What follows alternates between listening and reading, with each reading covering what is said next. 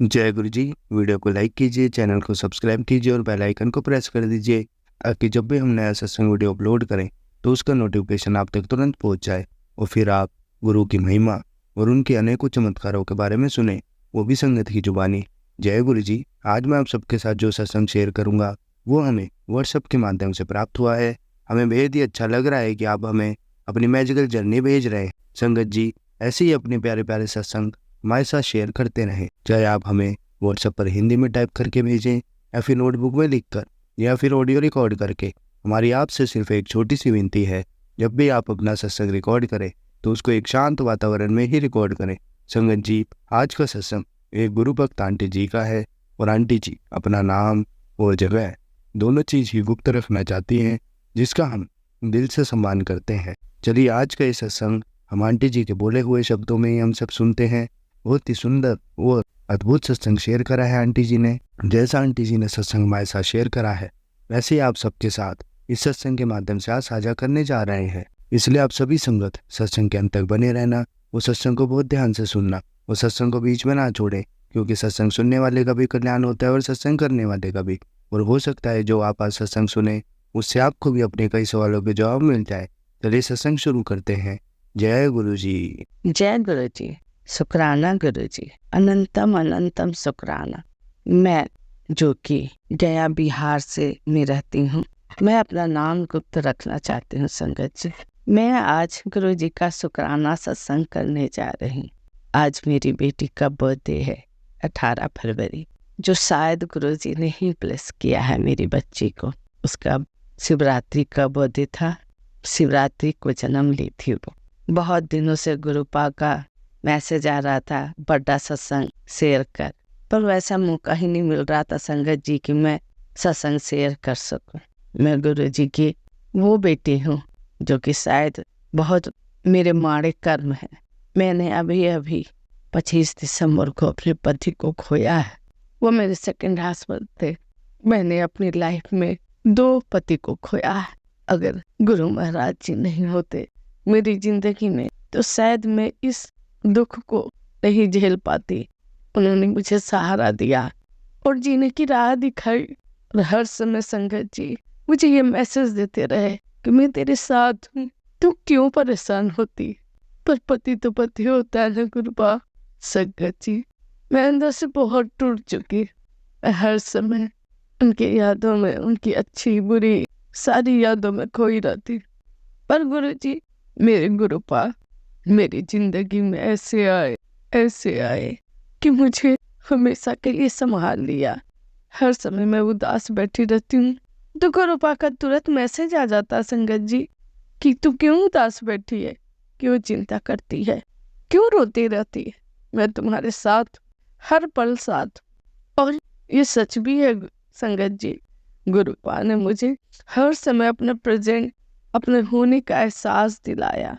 कभी जोत में तो कभी बटरफ्लाई के रूप में, तब कभी अपने आसपास। मुझे कभी फूलों की सुगंध तो नहीं आई, पर हाँ एहसास जरूर हुआ कि मेरे गुरुपा मेरे आसपास है। शुक्राना गुरुपा, शुक्राना, अनंतम अनंतम शुक्राना। मेरे हाथ पकड़ने के लिए, मुझे अपने चरणों में बिठाने के लिए शुक्राना, मुझे सहारा देने के लिए शुक्राना, मेरे आंसू को पोंछने के लिए शुक्राना। शुक्राना अनंतम शुक्राना। जितना भी मैं अपने मालिक को शुक्राना करूं कम है संगत जी। मेरे जिंदगी में एक सूनापन आ गया था, उसको भरने के लिए शुक्राना। मेरे गुरुपा को, मेरी आत्मा को शांति देने के लिए शुक्राना, मुझे हिम्मत देने के लिए शुक्राना। संगत जी गुरु जी मेरी जिंदगी में मेरे पापा बनकर आए हैं। मैंने अपने पापा को तो 15 साल पहले ही खो दिया था संगत जी, पर शायद मेरे पापा इन्हीं के सहारे मुझे छोड़कर चले गए। पता नहीं गुरुजी ने मेरा हाथ कब से पकड़ा हुआ है, ये तो मैं नहीं बता सकती संगत जी। पर यह एहसास जरूर होता है कि गुरुपा मेरे साथ हमेशा है, हर वक्त है। उसके लिए लख लख शुक्राना। मेरी बेटी भी गुरुजी को मानती है, पर थोड़ी जिद्दी है संगत जी, गुस्से में आ जाती है। मैं उनसे गुरुजी से विनती करती हूँ अरदास करती हूँ कि उसे भी शांति बख्शे, उसे भी पापा की कमी ना हो। बहुत रोती है संगत जी कि उसके नसीब में बाप का सुख नहीं है, पर क्या करूं। गुरुजी से यही विनती करती हूँ संगत जी, उसे सदा अपने चरणों में बिठाए रखे और उसे भी वही प्यार दे जो बाकी बच्चों को देते हैं। उसे संतान न देने के लिए शुक्राना, मुझे सहारा देने के लिए शुक्राना, मेरी बेटी को अपनी नतनी बनाने के लिए शुक्राना, मेरी लाइफ में हर उतार चढ़ाव में साथ देने के लिए शुक्राना। संगत जी, मैं गुरु जी के चरणों में एक अरदास लगा रखी हूँ। वो अरदास अगर पूरी होगी तो मैं बहुत और भी सत्संग करूँगी। मेरे लिए जीवन में तो छोटे छोटे बहुत सारे ऐसे सत्संग हुए हैं जो शायद कभी मैं भूल जाती हूँ, लेकिन हर पल हर मिनट गुरु जी का सत्संग होता रहता है हर चीज के लिए। अभी हाल ही में मेरी बच्ची को 2 दिन पहले ही गुरु जी ने ब्लेस किया है, शायद जिंदगी ब्लेस की है। उसके गले का गुरु जी का लॉकेट स्वरूप अपने आप टूटकर गिर गया संगत जी। बहुत बेचैन हो गई संगत जी और मुझे कॉल किया। वो दिल्ली में पढ़ाई करती है, ग्रेटर नोएडा दलगोटिया यूनिवर्सिटी में पढ़ती है। उन्होंने कहा, माँ गुरुजी का लॉकेट स्वरूप खुद ब खुद गिर गया, मुझे डर लग रहा है मम्मा। पर मैंने कहा, जब गुरुजी तुम्हारे साथ हैं तो फिर किस बात का डर। उनका शुक्राना कर कि शायद वो तेरे कोई कष्ट अपने ऊपर ले लिए हैं और तेरे सारे कष्ट दूर कर दिए। शुक्राना कर बेटा, गुरु नानक को शुक्राना कर और उस लॉकेट स्वरूप को फिर से लगा करके पहन ले। उस बच्ची ने यही किया और गुरुजी को शुक्राना किया। मैं बहुत बहुत बहुत गुरुजी को शुक्राना करती हूँ, अनंतम अनंतम शुक्राना करती हूँ, श्वास श्वास में शुक्राना करती हूँ। मैं जितनी भी अपने मालिक की, अपने गुरु पाक की बड़ाइयाँ करूँ कम है। जब से वो जिंदगी में मेरे आए, मेरी माँ पड़ी है, तब से मुझे इतनी हिम्मत, इतना सब्र आ गया है कि मैं क्या बताऊं संगत जी। मुझे बहुत गुस्सा आता था, पर अब थोड़ा थोड़ा शांत हो रहा है। मैं नहीं कहती संगत जी कि मैं एकदम ही गुस्सा करना बंद करती हूँ, पर थोड़ा तो कमा है। जब भी किसी को कुछ कह देती हूँ, पर बाद में ऐसा फील होता है गुरुजी फील करा देते हैं कि तूने गलत किया है, और फिर मैं गिल्ट से बाहर जाती हूँ संगत जी। ऐसा बदलाव मेरे में तो जरूर आया है, मैं जानती हूँ। मैं गुरुजी का एक बार सत्संग की थी अपने बैठ करके, मुझे बहुत आनंद आया था, क्योंकि मैं जहाँ रहती हूँ ना संगत जी, वहाँ गुरुजी के संगत बहुत कम है। बहुत कम क्या, नहीं ही है, कोई उन्हें जानता नहीं। मैं सबको जोड़ना भी चाहती हूँ, पर लोग जुड़ते नहीं, पर इंटरेस्ट नहीं लेते। शायद गुरुजी को जोड़ना ही नहीं हो, इसीलिए नहीं जुट पा रहे। इसीलिए मैं खुद अकेले बैठ के ही सत्संग कर लेती हूँ और गुरुजी को याद कर लेती हूँ और विनती करती हूँ, गुरुपा किस बेटी को सदा अपने चरणों में बिठाए रखना, एक धूल बना करके कभी भी अपने चरणों से अलग न करना। चाहे लाख कितनी भी तकलीफें आ जाए, चाहे लाख कितनी भी मैं गलतियां कर लूं, क्योंकि मैं आपकी बेटी हूँ, जैसी भी हूँ गुरुपा आपकी बेटी हूँ और आप मेरे पिता। मैं लख लख शुक्राना करती हूँ, अनंतम अनंतम शुक्राना करती हूँ गुरुपा। मैं गुरुजी का मंत्र जाप करना चाहती हूँ। ओम नमः शिवाय, शिव जी सदा सहाय। ओम नमः शिवाय, गुरुजी सदा सहाय। ओम नमः शिवाय, शिव जी सदा सहाय। ओम नमः शिवाय, गुरुजी सदा सहाय। संगत जी, मैं 2 सत्संग अपना और शेयर कर चुकी हूँ, पर वो कोई भी चैनल पर नहीं आया है। इसीलिए मैं सोच रही थी कि वो आया ही नहीं तो कैसे मैं शेयर करूं। शायद मैं कोई गलत तरीके से शेयर कर रही हूँ, जो वो कोई भी चैनल पर नहीं हो पाया है। ये तीसरा सत्संग है जो मैं ट्राई कर रही हूँ कि शायद गुरुजी कहीं शेयर करवा दे और मेरे सत्संग में किसी का जवाब हो। अब मैं ये सत्संग यहीं विराम करना चाहती हूँ संगत जी। अगर मुझसे कोई भी भूल चूक हो, गलती हुई हो, तो प्लीज गुरु महाराज जी मुझे माफ कर दीजिएगा, इस बेटी को माफ कर दीजिएगा और ये शुक्राना सत्संग कबूल कीजिएगा। संगत जी, हर संगत से हाथ जोड़कर माफी मांगती हूँ अगर कोई गलती हो गई हो, अगर कोई मैंने गलत शब्द इस्तेमाल किए हो संगत जी, तो मुझे माफ कर दीजिएगा। गुरु जी मुझे माफ कर दीजिएगा। ये बेटी बहुत नादान है, बहुत झल्ली है, बहुत तकलीफों से गुजरी है, पर मेरे गुरुपा मेरे साथ हैं। मुझे हर तकलीफ सराखों पर मैं सदा उनकी रजा में राजी रहना चाहती हूँ। शुक्राना गुरुपा, शुक्राना, अनंतम अनंतम शुक्राना। जय गुरु जी, शुक्राना गुरु जी। संगत जी, आज हम श्री रुद्र संहिता का द्वितीय खंड का 25वां अध्याय सुनेंगे। श्री राम का सती के संदेह को दूर करना।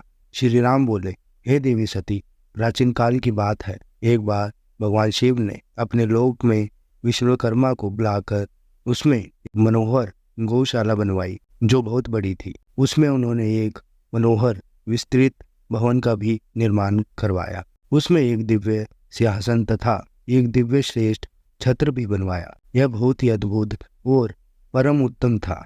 तत्पश्चात उन्होंने सब ओर से इंद्र, देवगण, सिद्धों, गद्धों, समस्त उपदेवों तथा नाग आदि को भी शीघ्र ही उस मनोहर भवन में बुलवाया। सभी वेदों और आगमों को पुत्रों सहित, ब्रह्मा जी को मुनियों, अप्सराओं सहित, समस्त देवियों सहित, 16 नाग, कन्याओं आदि सभी को उसमें आमंत्रित किया, जो कि अनेक मांगलिक वस्तुओं के साथ वहां आए। संगीत गणों ने वीणा, मृदुंग आदि बाजे बजाकर अपूर्ण संगीत का गान किया। इस प्रकार यह एक बड़ा समारोह और उत्सव था। राज अभिषेक की सारी सामग्री एकत्रित हुई और तीर्थों के जल से भरे घड़े मंगाए गए। अनेक दिव्य सामग्रियां भी गणों द्वारा मंगवाई गई। फिर उच्च स्वरों में वेद मंत्रों का घोष कराया गया। हे देवी, भगवान श्री हरि विष्णु की उत्तम भक्ति से भगवान शिव सदा प्रसन्न रहते थे। उन्होंने बड़े प्रसन्न होकर श्री हरि को बैकुंठ से बुलाया और शुभ मुहूर्त में श्रेष्ठ सिंहासन पर बैठाया। महादेव जी ने स्वयं अपने हाथों से उन्हें बहुत से आभूषण और अलंकार पहनाए। उन्होंने भगवान विष्णु के सिर पर मुकुट पहनाकर उनका अभिषेक किया। उस समय वहाँ अनेक मंगल गान गाए गए। तब भगवान शिव ने अपना सारा ऐश्वर्य, जो कि किसी के पास भी नहीं था, उन्हें प्रेम पूर्वक प्रदान किया। इसके पश्चात भगवान शंकर ने उनकी बहुत स्तुति की और जगतकर्ता ब्रह्मा जी से बोले, हे लोकेश, आज से श्री हरि विष्णु मेरे वंदनीय हुए। यह सुनकर सभी देवता सदबंद रह गए। तब वे पूर्ण बोले कि आप सहित सभी देवी देवता भगवान विष्णु को प्रणाम कर उनकी स्तुति करें तथा सभी वेद मेरे साथ साथ श्री विष्णु जी का भी वर्णन करें। श्री रामचंद्र जी बोले, हे देवी, भगवान शिव अपने भक्तों के ही अधीन है। वे अत्यंत दयालु और कृपा निधान है। वे सदा ही भक्तों के वश में रहते हैं। इसलिए भगवान विष्णु की शिव भक्ति से प्रसन्न होकर भक्त वत्सल शिव ने यह सब कुछ किया तथा इसके उपरांत उन्होंने विष्णु जी के वाहन गरुड़ ध्वज को भी प्रणाम किया। तत्पश्चात सभी देवी देवताओं और ऋषि मुनियों ने भी श्री हरि की सच्चे मन से स्तुति की। तब भगवान शिव ने विष्णु जी को बहुत से वरदान दिए तथा कहा, श्री हरि, आप मेरी आज्ञा के अनुसार संपूर्ण लोकों के कर्ता, पालक और सारक हो। धर्म, अर्थ और काम के दाता तथा बुरी अथवा अन्याय करने वाले दुष्टों को दंड तथा उनका नाश करने वाले हो। आप पूरे जगत में पूजित हो तथा सभी मनुष्य सदैव आपका पूजन करें। तुम कभी भी पराजित नहीं होगे। मैं तुम्हें इच्छा की सिद्धि, लीला करने की शक्ति और सदैव स्वतंत्रता का वरदान प्रदान करता हूँ। हे हरे, जो तुमसे बैर रखेंगे उनको अवश्य ही दंड मिलेगा। मैं तुम्हारे भक्तों को भी मोक्ष प्रदान करूंगा तथा उनके सभी कष्टों का भी निवारण करूंगा। तुम मेरे बाई भुजा से और ब्रह्मा जी मेरी दाई भुजा से प्रकट हुए हो। रुद्रदेव जो साक्षात मेरी ही रूप है, मेरे ही हृदय से प्रकट हुए हैं। हे विष्णु, आप सदा सबकी रक्षा करेंगे। मेरे धाम में तुम्हारा स्थान उज्ज्वल एवं वैभवशाली है। वह गोलक नाम से जाना जाएगा। तुम्हारे द्वारा धारण किए गए सभी अवतार सबके रक्षक और मेरे परम भक्त होंगे। मैं उनका दर्शन करूंगा। श्री रामचंद्र जी कहते हैं, देवी श्री हरि को अपना अखंड ऐश्वर्य सौंपकर भगवान शिव स्वयं कैलाश पर्वत पर रहते हुए अपने पार्षदों के साथ क्रीड़ा करते हैं। तभी भगवान लक्ष्मीपति विष्णु गोपी वेश धारण करके आए और गोपी तथा गौओं के स्वामी बनकर प्रसन्नतापूर्वक विचरने लगे तथा जगत की रक्षा करने लगे। वे अनेक प्रकार के अवतार ग्रहण करते हुए जगत का पालन करने लगे। वे ही भगवान शिव की आज्ञा से 4 भाइयों के रूप में प्रकट हुए। अब इस समय विष्णु ही अवतार रूप में प्रकट होकर 4 भाइयों में सबसे बड़ा राम है, दूसरे भरत है, तीसरे लक्ष्मण है और चौथे भाई शत्रुघ्न है। मैं अपनी माता के आदेश अनुसार वनवास भोगने के लिए लक्ष्मण और सीता के साथ इस वन में आया था। किसी राक्षस ने मेरी पत्नी सीता का अपहरण कर लिया है और मैं यहाँ वहाँ भटकता हुआ अपनी पत्नी को ही ढूंढ रहा हूँ। सौभाग्यवश मुझे आपके दर्शन हो गए। अब निश्चय ही मुझे मेरे कार्य में सफलता मिलेगी। हे माता, आप मुझ पर कृपा दृष्टि करें और मुझे यह वरदान दें कि मैं उस पापी राक्षस को मारकर अपनी पत्नी सीता को उसके चुंगल से मुक्त कर सकूं। मेरा यह महान सौभाग्य है कि मुझे आपके दर्शन प्राप्त हुए। मैं धन्य हो गया। इस प्रकार देवी की अनेक प्रकार से स्तुति करके श्री राम जी ने उन्हें अनेकों बार प्रणाम किया। श्री राम की बातें सुनकर सती मन ही मन बहुत प्रसन्न हुई और भक्त वत्सल भगवान शिव की स्तुति एवं चिंतन करने लगी। अपनी भूल पर उन्हें लज्जा आ रही थी। वे उदास मन से शिवजी जी के पास चल दी। वे रास्ते में सोच रही थी कि मैंने अपने पति महादेव जी की बात ना मानकर बहुत बुरा किया और श्री राम जी के प्रति भी बुरे विचार अपने मन में लाई। अब मैं भगवान शिव को क्या उत्तर दूंगी। उन्हें अपनी करनी पर बहुत पश्चाताप हो रहा था। वे शिवजी जी के समीप गई और चुपचाप खड़ी हो गई। सती को इस प्रकार चुपचाप और दुखी देखकर भगवान शंकर ने पूछा, देवी, आपने श्री राम की परीक्षा किस प्रकार ली? यह प्रश्न सुनकर देवी सती चुपचाप सिर झुकाकर खड़ी हो गई। उन्होंने शिवजी जी को कोई उत्तर नहीं दिया। वे असमझ में थी कि क्या उत्तर दें, लेकिन महायोगी शिव ने ध्यान से सारा विवरण जान लिया और उनका मन से त्याग कर दिया। भगवान शिव ने सोचा, अब यदि मैं सती को पहले जैसे ही स्नेह करूं तो मेरी प्रतिज्ञा भंग हो जाएगी। वेद धर्म के पालक शिवजी जी ने अपनी प्रतिज्ञा पूरी करते हुए सती के मन से त्याग कर दिया। फिर सती से कुछ न कहकर वे कैलाश की ओर बढ़े। मार्ग में सबको, विशेषकर सती जी को सुनाने के लिए आकाशवाणी हुई कि महायोगी शिव, आप धन्य हैं। आपके समान तीनों लोक में कोई भी प्रतिज्ञा पालक नहीं है। इस आकाशवाणी को सुनते ही देवी सती शांत हो गई। उनकी क्रांति फीकी पड़ गई। तब उन्होंने भगवान शिव से पूछा, हे प्राणनाथ, आपने कौन सी प्रतिज्ञा की है? कृपया आप मुझे बताएं। परंतु भगवान शिव ने विवाह के समय भगवान विष्णु के समक्ष जो प्रतिज्ञा की थी उसे सती को नहीं बताया। तब देवी सती ने भगवान शिव का ध्यान करके उन सभी कारणों को जान लिया जिसके कारण भगवान ने उनका त्याग कर दिया था। त्याग देने की बात जानकर देवी सती अत्यंत दुखी हो गई। दुख बढ़ने के कारण उनकी आंखों में आंसू आ गए और वह सिसकने लगी। उनके मनोभावों को समझकर और देवी सती की ऐसी हालत देखकर भगवान शिव ने अपनी प्रतिज्ञा की बात उनके सामने नहीं कही। तब सती का मन बहलाने के लिए शिवजी जी उन्हें अनेकों कथाएं सुनाते हुए कैलाश की ओर चल दिए। कैलाश पर पहुंचकर शिवजी जी अपने स्थान पर बैठकर समाधि लगाकर ध्यान करने लगे। सती ने दुखी मन से अपने धाम में रहना शुरू कर दिया।